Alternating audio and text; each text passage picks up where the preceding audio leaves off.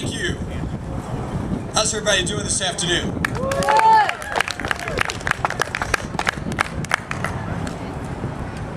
When I was asked to come and talk today, I was given 15 minutes. I said, you know, I don't really need 15 minutes. You know, what I would say is very brief, and it will be very brief, but it'll be very straight to the point in communicating where I stand in terms of what this country needs to do in regard to war. Because I do believe that the authority for war belongs in the hand of Congress. I believe that's what the Constitution of the United States says. I want to start off, though, talking about something as a launch point that I've shared a number of times because my dear wife used this as an analogy one time, and I think it's very effective in communicating where we are. I don't know about you, but I have the strong sense that where we are here in the United States of America, our own republic is in danger. Is it not? Yes, sir! The analogy my wife gives is what happens when you get on the airplane and the flight attendant gives you this demonstration of how to put your mask on. And one of the things the flight attendant always says is you have someone traveling with you like a small child or someone who's disabled, make sure you put your own mask on first before you help someone else. I'm here to tell you today we need to secure our mask in the United States of America. Our own republic is in danger. We don't need to be going into other countries and trying to help them with democracy when our own republic is on life support. Do you hear me?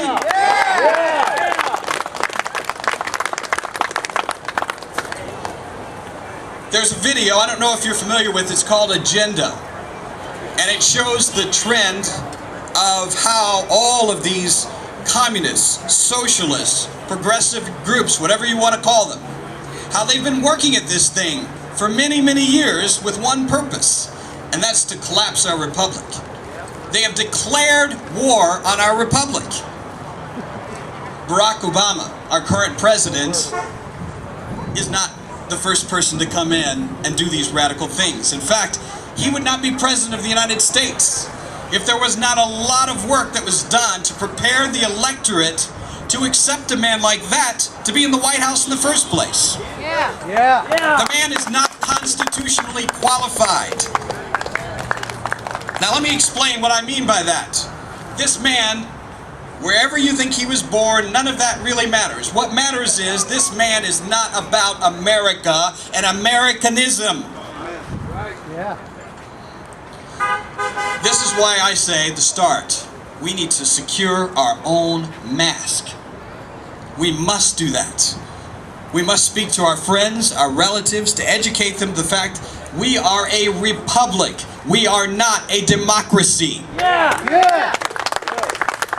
How can we go to other countries and spread democracy when we are not a democracy? That's right. One of the other things that I wanted to touch on, you may have noticed I brought this book with me, and one of the reasons is I want to encourage everybody to read this book, because if you want to understand what's going on in the Middle East right now, this will tell you what's going on in the Middle East.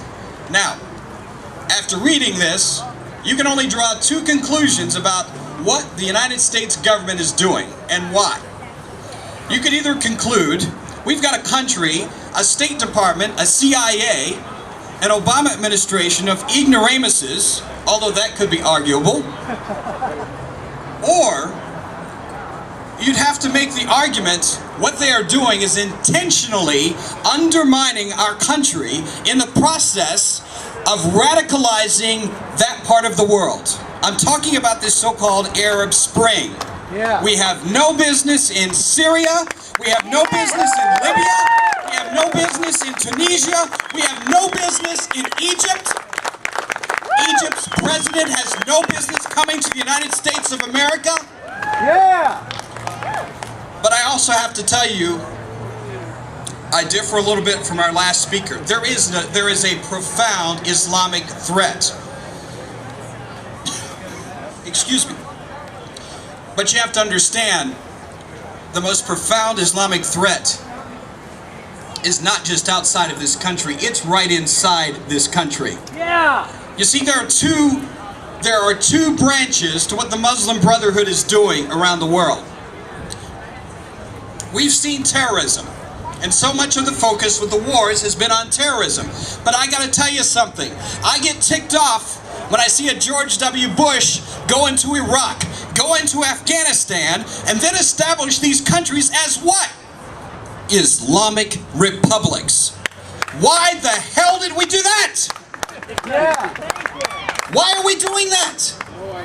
But now we have a continuation of this policy. Now we're interfering in Syria. One by one, we've been watching these countries, and guess who's waiting in the wings to take over in every single one? One group. Muslim Brotherhood. But I want to tell you something else. Remember I said we're on life support right here in the United States of America? You need to understand that right here in this country, that organization is making inroads and helping to collapse our own country. I don't know if you're familiar with this quote, but in their own documents, and this comes out from a trial, the Holy Land Foundation trial that happened several years ago. One of the documents revealed their goal is to bring about the collapse of the United States by their miserable hands. Did you hear my words? They're not going to so much destroy us. They're going to sit back and watch us through political correctness and other stupid things destroy ourselves. They're going to watch us help their wars in the Middle East. We're going to go over there and help free these poor oppressed people in Syria. And guess who's waiting in the wings for the first and only election? The Muslim Brotherhood. But I want you to understand what's going on right here in this country. This administration actively has Muslim Brotherhood people. You need to understand that. All the way up to the top of this administration. This administration itself is corrupted. This is what I mean by the fact that our country is on life support. We need to put our own mask on. We need to see that the major enemies of this country are not on foreign shores. They're in the White House. They're in the State Department. They're in the halls of Congress. And until the American people stand up and say, you are not going to continue your war against the Constitution of the United States, they will continue. And they will continue until they erode us to the point where we collapse from the inside. You want a war? Let's fight the war inside to preserve our Constitution.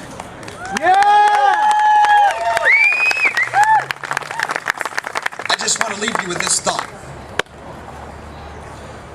because I believe it's vital. I'm not going to preach a sermon here, but I want you to understand something else. We darn well better, now more than ever, call upon our Creator to help Him in this battle. Because I will tell you this, no amount of intellect, no amount of campaigning, no amount of charisma, no amount of being right. I want to repeat that again. A lot of us who are constitutionalists, we can get really caught up in how right we are. But I want you to understand something. This is also a spiritual battle. The reason so many people in our country right now are worshiping at the feet of Barack Hussein Obama is because they are separated and divorced from their Creator, and they're looking to the state to be their God. Amen. That's what's wrong. And unless the hearts of the electorate gets changed, we are screwed, people. I want you to understand that.